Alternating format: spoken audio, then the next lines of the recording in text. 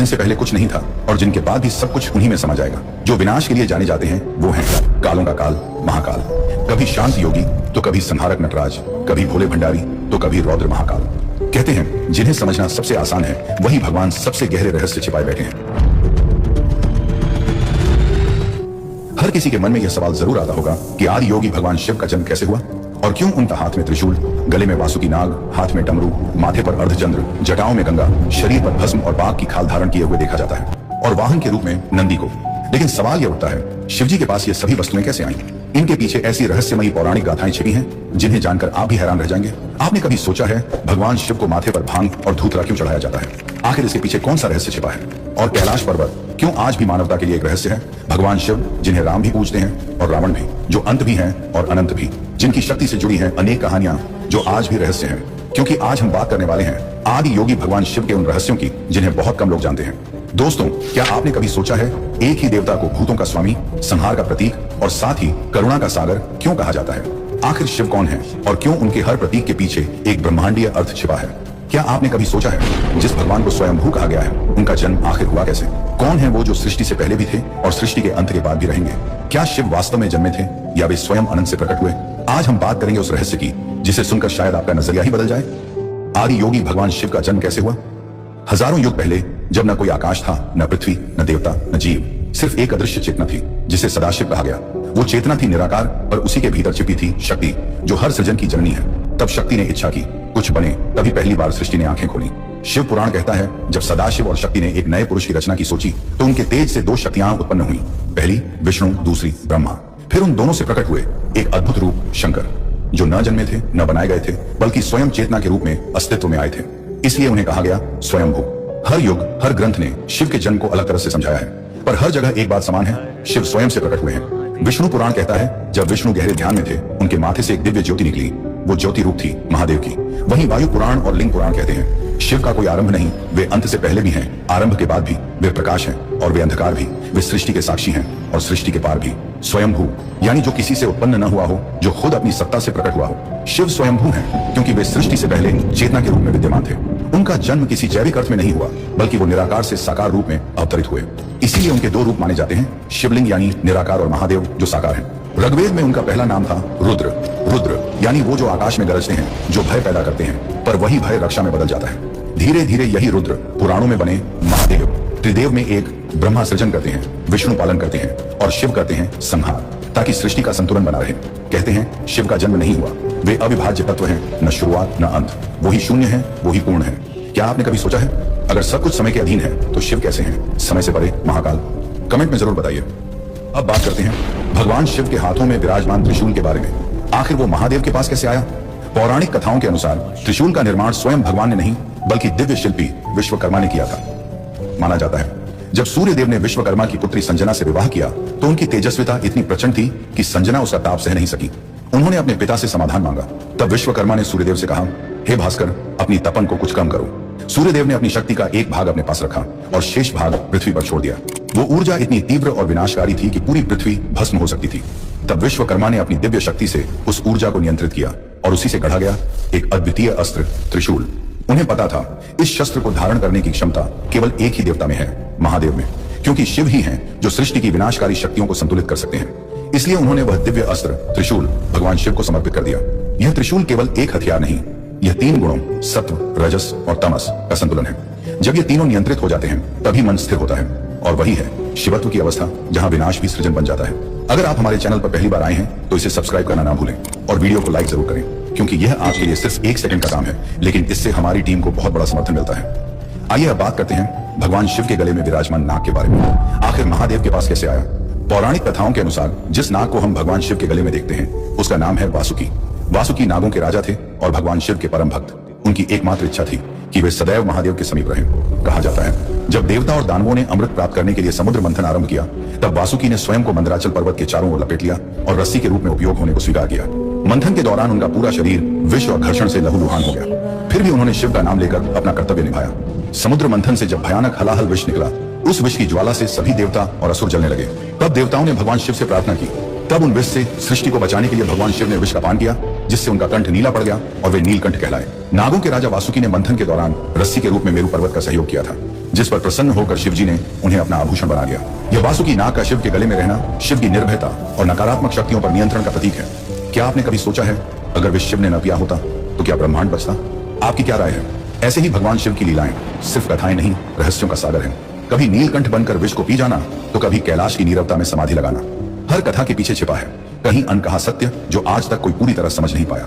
ऐसे ही अनगिनत रहस्यों में से एक है केदारनाथ मंदिर का रहस्य। वो स्थान जहां आस्था और अद्भुत शक्तियां एक साथ जीवित हैं, जहां हर पत्थर, हर शिला शिव की उपस्थिति का प्रमाण देती है। कहा जाता है केदारनाथ में आज भी वो दिव्य ऊर्जा प्रवाहित होती है जो सृष्टि के आरंभ और अंत दोनों से जुड़ी है। इन अनजाने रहस्यों को जानने के लिए देखिए हमारी डॉक्यूमेंट्री केदारनाथ का रहस्य। यह सिर्फ एक वीडियो नहीं, यह एक आध्यात्मिक यात्रा है जहां हर दृश्य, हर शब्द आपको शिव के और निकट ले जाएगा। अब जानते हैं कि भगवान शिव ने अपने मस्तक पर चंद्रमा को क्यों स्थान दिया और इसके पीछे की पौराणिक कथा क्या है। शिव पुराण के अनुसार राजा दक्ष की 27 बेटियां थीं जिनका विवाह चंद्रदेव से हुआ था। विवाह के समय चंद्रदेव ने राजा दक्ष से वचन दिया था कि वे अपनी सभी पत्नियों को समान प्रेम और सम्मान देंगे। लेकिन विवाह के बाद चंद्रदेव का झुकाव अपनी एक पत्नी रोहिणी की ओर अधिक हो गया। इससे उनकी अन्य पत्नियां उदास रहने लगीं और उन्होंने अपने पिता दक्ष से इसकी शिकायत की। जब दक्ष को यह बात पता चली तो वे अत्यंत क्रोधित हो गए और उन्होंने चंद्रदेव को श्राप दे दिया। उन्होंने कहा चंद्रदेव एक भयानक बीमारी के शिकार होंगे और 15 दिनों में धीरे धीरे क्षीण होकर अंततः लुप्त हो जाएंगे। इस श्राप को सुनकर चंद्रदेव भयभीत हो गए और इस कष्ट से मुक्ति पाने के लिए वे ब्रह्मा जी के पास गए। ब्रह्मा जी ने उन्हें भगवान शिव की पूजा करने का उपाय बताया। तब चंद्रदेव ने मिट्टी का शिवलिंग बनाकर महामृत्युंजय मंत्र का जाप करते हुए कठोर तपस्या की। कई वर्षों की तपस्या के बाद भगवान महादेव प्रसन्न हुए और उन्होंने चंद्रदेव को दर्शन दिए। भगवान शिव ने उन्हें वरदान दिया कि वे पूरी तरह से कभी भी समाप्त नहीं होंगे। 15 दिनों तक घटने के बाद अगले 15 दिनों में वे फिर से बढ़ते जाएंगे। इसी कारण अमावस्या के दिन चंद्रमा पूरी तरह से लुप्त हो जाता है और फिर पूर्णिमा के दिन दोबारा पूर्ण रूप में प्रकट हो जाता है। भगवान शिव ने चंद्रदेव को अपने मस्तक पर स्थान दिया जिससे यह संकेत मिलता है कि महादेव के आशीर्वाद से ही चंद्रमा का अस्तित्व बना हुआ है। इसी कारण भगवान शिव को चंद्रशेखर भी कहा जाता है। शिव पुराण के अनुसार भगवान शिव पूरे शरीर पर भस्म धारण करते हैं। यह कोई नई बात नहीं है कि महादेव का संबंध भस्म से गहरा जुड़ा हुआ है। दरअसल इसके पीछे एक प्राचीन कथा है जिसे शिव पुराण में विस्तार से बताया गया है। बहुत समय पहले एक महान आर्षि थे जिनका नाम प्रणात था। वे वर्षों तक जंगल में कठोर साधना कर रहे थे। इस दौरान उन्होंने सिर्फ पत्ते और फल खाकर जीवन व्यतीत किया। एक दिन जब वे जंगल से घास काटकर अपने आश्रम की मरम्मत कर रहे थे तभी अचानक उनकी उंगली कट गई। लेकिन जब उन्होंने अपनी उंगली को देखा तो आश्चर्यचकित रह गए क्योंकि वहां से खून की जगह पेड़ के पत्तों का रस बह रहा था। ऋषि प्रणात को लगा कि अब वे इतने शुद्ध हो चुके हैं कि उनके शरीर में खून की जगह सिर्फ पवित्र वनस्पतियों का रस बहता है। यह सोचकर वे अहंकार से भर गए और पूरे ब्रह्मांड में यह घोषणा करने लगे कि उनसे ज्यादा शुद्ध कोई नहीं। भगवान शिव ने उनका घमंड तोड़ने के लिए एक बूढ़े साधु के रूप में अवतार लिया और उनके पास पहुंचे। जब उन्होंने आर्षि प्रणात से उनकी प्रसन्नता का कारण पूछा तो आर्षि ने अपनी उंगली से रस निकलने की पूरी कहानी सुनाई। बूढ़े साधु ने आर्षि से कहा, इसमें बड़ी बात क्या है? पत्ते भी जब जलते हैं तो वे राख में बदल जाते हैं और राख सबसे शुद्ध होती है। इसके बाद बूढ़े साधु ने अपनी ही उंगली काटी और उसमें से रक्त की जगह राख निकलने लगी। यह देख आर्षि प्रणात समझ गए कि यह साधारण वृद्ध नहीं बल्कि स्वयं भगवान शिव है। आर्षि प्रणात महादेव के चरणों में गिर पड़े और अपने अहंकार के लिए क्षमा मांगी। माना जाता है कि इस घटना के बाद भगवान शिव ने यह सिद्ध कर दिया कि भस्म ही सबसे शुद्ध तत्व है और तब से उन्होंने अपने पूरे शरीर पर भस्म धारण कर ली। इसी कारण भगवान शिव को भस्मधारी और भूतनाथ भी कहा जाता है, जो यह दर्शाता है कि हर चीज अंत में भस्म ही बन जाती है और यही सत्य है। ऐसे ही भक्ति में अघोरी साधु भस्म लपेटे शिव के उसी रौद्र रूप की साधना करते हैं जो जीवन और मृत्यु की सीमा मिटा देता है। सोचिए दोस्तों, कौन सा ईश्वर ऐसा है जो भूत प्रेत राक्षस पशु पक्षी सबको एक समान अपनाता है? यही तो शिव हैं जो सबको स्वीकारते हैं पर किसी का न्याय नहीं करते। और सबसे आश्चर्यजनित बात, शिव को श्मशान का वासी कहा जाता है। पर क्या आपने कभी सोचा क्यों? श्मशान जहां हर इंसान समान होता है, न कोई राजा न कोई भिखारी, वहीं से शुरू होती है शिव की सच्ची उपासना। भस्म मृत्यु की याद दिलाती है कि सब कुछ नश्वर है। शिव उसे अपने शरीर पर मलते हैं क्योंकि वो मृत्यु को भी जीवन का हिस्सा मानते हैं। और यही दर्शन हमें सिखाता है, जो मृत्यु को समझ लेता है वही अमृत के रहस्य को पा लेता है। काशी में महाकालेश्वर के पास भस्म आरती आज भी होती है, जहां मुर्दों की राख से भगवान को सजाया जाता है, क्योंकि शिव वहां भी अमृत खोजते हैं जहां सब कुछ नश्वर है। विज्ञान कहता है राख यानी कार्बन वही तत्व जिससे सृष्टि बनी और शिव उस कार्बन को कॉन्शियस एनर्जी में बदलते हैं। इसलिए शिव केवल मृत्यु के देवता नहीं, वो मृत्यु से पार जाने का मार्ग है। क्या आपने कभी सोचा क्यों उन्हें महाकाल कहा गया? क्योंकि वो समय को नहीं मानते, वो स्वयं समय है। जब काल रुकता है तब शिव प्रकट होते हैं। महादेव केवल देवता नहीं बल्कि वो चेतना है जो हर कण में व्याप्त है। वो रौद्र भी हैं, करुणामय भी, वो विनाशक भी हैं, सृजनकर्ता भी, वो काल भी हैं और काल के पार भी। जब कोई उन्हें भूतों का स्वामी कहता है तो वो मुस्कुराते हैं क्योंकि वो जानते हैं भूत वर्तमान भविष्य तीनों उन्हीं में समाये हैं। महादेव हमें सिखाते हैं शक्ति तभी पवित्र है जब उसमें करुणा हो और भक्ति तभी सच्ची है जब उसमें अहंकार ना हो। वो सबके हैं, देव से लेकर राक्षस तक, मानव से लेकर पिशाच तक। इसलिए उन्हें कहा गया भोलेनाथ, जो बिना भेदभाव के सब पर कृपा करते हैं। हर हर महादेव। अब बात करते हैं भगवान शिव के डमरू के रहस्य के बारे में। पौराणिक मान्यताओं के अनुसार भगवान शिव डमरू के साथ प्रकट हुए थे। जब सृष्टि की रचना हुई तब इस संसार में कोई ध्वनि नहीं थी। जब माता सरस्वती प्रकट हुई तो सृष्टि में ध्वनि का संचार हुआ, लेकिन यह स्वर और ताल के बिना थी, जिससे संगीत में कोई लयबद्ध नहीं थी। तब भगवान शिव ने नृत्य करते हुए अपने डमरू को 14 बार बजाया। डमरू की ध्वनि से व्याकरण, संगीत, छंद और ताल उत्पन्न हुए। इस ध्वनि से ही संसार में चंचलता और ऊर्जा का संचार हुआ। मान्यता है कि जब भगवान शिव अपने डमरू को बजाकर तांडव नृत्य करते हैं तो प्रकृति में एक नई ऊर्जा का संचार होता है। शिव महापुराण के अनुसार चिल्लाद मुनि एक महान तपस्वी थे, लेकिन उन्हें यह चिंता थी कि उनकी वंश परंपरा आगे नहीं बढ़ेगी। उन्होंने कठोर तपस्या कर भगवान शिव को प्रसन्न किया और उनसे यह वरदान मांगा कि उन्हें एक ऐसा पुत्र प्राप्त हो जो जन्म और मृत्यु के चक्र से मुक्त हो। भगवान शिव उनकी तपस्या से प्रसन्न हुए और उन्हें वरदान दिया कि वे स्वयं उनके पुत्र रूप में जन्म लेंगे। कुछ समय बाद शलादर प्राप्त हुआ, जिसका नाम उन्होंने नंदी रखा। यह बालक जन्म से ही दिव्य शक्तियों से युक्त था और महान विद्वान बना। जब नंदी को ज्ञान हुआ कि संसार में मृत्यु अटल है तो वे अत्यंत दुखी हुए। तब शिलादित्य भक्त और अपने गणों का अधिपति बना लिया। भगवान शिव ने नंदी को अमृत का वरदान दिया और उन्हें अपना वाहन बनाया। इसके साथ ही शिव जी ने घोषणा की कि जहां भी नंदी की पूजा होगी वहां उनकी भी आराधना की जाएगी। यही कारण है कि हर शिव मंदिर में नंदी की मूर्ति भगवान शिव के समक्ष विराजमान होती है। नंदी के विवाह की भी एक कथा है। भगवान शिव ने मर्दों की पुत्री सुयशा से नंदी का विवाह करवाया था। इससे यह सिद्ध हुआ कि वे केवल एक वाहन ही नहीं बल्कि एक महत्वपूर्ण दिव्य शक्ति भी है।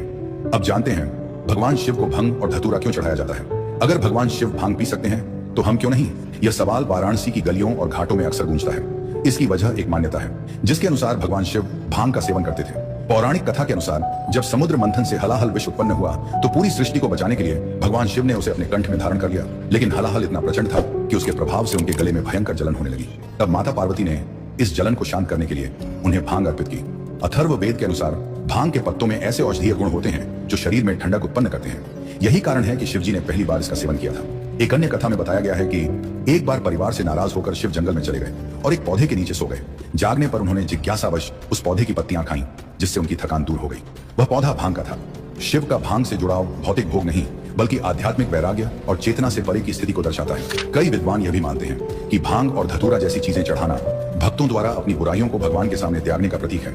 यह जानना महत्वपूर्ण है कि धार्मिक ग्रंथों जैसे शिव पुराण में शिव के गांजा पीने का कोई सीधा उल्लेख नहीं है। इसके बावजूद भी आज की युवा पीढ़ी शिव जी का नाम लेकर भांग और गांजा जैसी नशीली चीजों का सेवन कर रही है। दोस्तों, क्या आज की युवा पीढ़ी श्रद्धा के नाम पर भांग और गांजे का सेवन करके अपना जीवन बर्बाद कर रही है? क्या यह आस्था का हिस्सा है या एक गलत आदत? कमेंट में अपनी राय जरूर लिखें। आइए अब बात करते हैं शिव जी की जटाओं में विराजमान गंगा जी के बारे में। आखिर कैसे आई वो उनके पास? जब राजा भगीरथ ने अपनी कठोर तपस्या से ब्रह्मा जी को प्रसन्न कर लिया तो ब्रह्मा जी प्रकट हुए और वर मांगने को कहा। तब राजा भगीरथ ने कहा कि मेरे 60,000 पूर्वज जो भगवान कपिल मुनि के श्राप से भस्म हो गए थे, उनके उद्धार के लिए गंगा जी को पृथ्वी पर भेजने का वर दीजिए। तब ब्रह्मा जी ने कहा, हे राजन, गंगा का वेग अत्यंत प्रचंड है, उन्हें रोकने की शक्ति शिव जी के सिवाय और किसी में नहीं। अतः तुम सबसे पहले शिव जी को प्रसन्न करो, उनकी तपस्या करो। ब्रह्मा जी की आज्ञा को शिरोधार्य कर राजा भगीरथ ने शिव जी की घोर तपस्या की और तब शिव जी प्रसन्न होकर प्रकट हुए और गंगा जी के वेग को अपनी जटाओं में रोकने का आश्वासन दिया। तत्पश्चात ब्रह्मा जी ने गंगा को छोड़ा और शिव जी ने अपने मस्तक पर गंगा जी के प्रचंड वेग को रोका। फिर उन्होंने अपनी जटाओं से गंगा को बिंदु सरोवर में छोड़ा। वहां से गंगा जी की 7 धाराएं निकली, हलादिनी, पावनी और नलिनी। ये 3 धाराएं पूर्व दिशा की ओर चली गई। सुचक्षु, सीता और महानदी सिंधु, ये 3 धाराएं पश्चिम दिशा की ओर प्रवाहित हुई और अंतिम 7वीं धारा महाराज भगीरथ के रथ के पीछे पीछे चली, जो भागीरथी और गंगा के नाम से प्रसिद्ध हुई। यही गंगा राजा भगीरथ के पीछे पीछे चलते हुए पूर्व दिशा में भगवान कपिल के आश्रम पहुंची। वहीं राजा सगर के 60,000 पुत्रों का उद्धार हुआ और फिर गंगा सागर में समा गई। महाराज भगीरथ ने अपने पूर्वजों का उद्धार करने के लिए गंगा को पृथ्वी पर लाया और इस प्रकार अपनी तपस्या और प्रयासों से उन्होंने न केवल अपने पूर्वजों को बल्कि पूरे जगत को कल्याण पहुंचाया। यह गंगा तीनों लोकों में प्रवाहित होती है, देवलोक, पृथ्वीलोक और पाताल लोक, और इसीलिए इन्हें त्रिपथगा कहा जाता है। अब बात करते हैं बाघ की खाल के बारे में। भगवान शिव को बाघ की खाल पहनना यह उनकी सर्वोच्च शक्ति और निर्भयता का प्रतीक है। पौराणिक कथाओं के अनुसार जब भगवान विष्णु ने हिरण्याकश्यप का वध करने के लिए नरसिंह अवतार लिया तो उनका क्रोध शांत नहीं हुआ। तब शिव जी ने वीरभद्र के रूप में शरभ अवतार लिया, जो गरुड़, सिंह और मनुष्य का मिश्रित रूप था। शरभ ने नरसिंह भगवान पर प्रहार किया, जिससे वे घायल हो गए। इसके बाद नरसिंह भगवान ने अपना शरीर त्याग दिया और शिव जी से निवेदन किया कि वे उनके चर्म को अपना आसन स्वीकार करें। शिव जी ने यह निवेदन स्वीकार कर लिया और नरसिंह के चर्म को अपने आसन और वस्त्र के रूप में धारण कर लिया। यह बाघ की खाल पहनना दर्शाता है कि शिव जी सभी शक्तियों से परे हैं और उन पर नियंत्रण रखते हैं। यह उनकी निर्भयता और किसी भी भौतिक वस्तु या भय से प्रभावित रहने का प्रतीक है, और साथ ही यह क्रोध, काम और अहंकार जैसी शक्तियों पर विजय का भी प्रतीक है। शिव वो है जो समय से भी परे हैं, जो सृष्टि के आरंभ और अंत दोनों हैं, जो भगवान भी हैं और वह प्राचीन शक्ति भी जिससे यह पूरा ब्रह्मांड संचालित होता है। अगर आपको यह रहस्य पसंद आया तो वीडियो को लाइक करें, कमेंट में बताएं आपके अनुसार शिव कौन है, एक देवता या एक ऊर्जा। और हाँ, सब्सक्राइब जरूर करें क्योंकि अगले वीडियो में हम खोलने जा रहे हैं पद्मनाभ स्वामी मंदिर का रहस्य, जहां बंद दरवाजों के पीछे छिपे हैं ऐसे रहस्य जिन्हें आज तक कोई नहीं सुलझा सका।